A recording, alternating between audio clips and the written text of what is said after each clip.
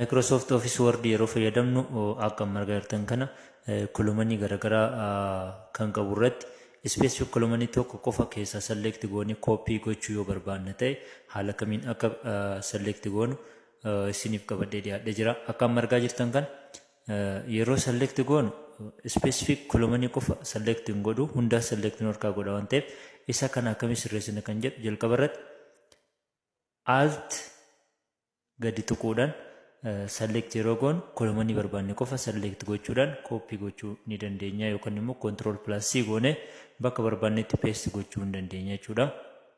Akkasumas space addaan bal'atee jiru backspace tuquudhaan duubatti deebisuurra maal gochuu qabna jechuudha. Yeroo tokkoon white space kana select goone cut yeroo goonu yeroo tokkoon sirreessuu ni dandeenya jechuudha. Tippii kanaa fi kan kana fakkaatan akkasiin bira ga'u yoo barbaadan like, follow, share gochuu hin dagatinaa.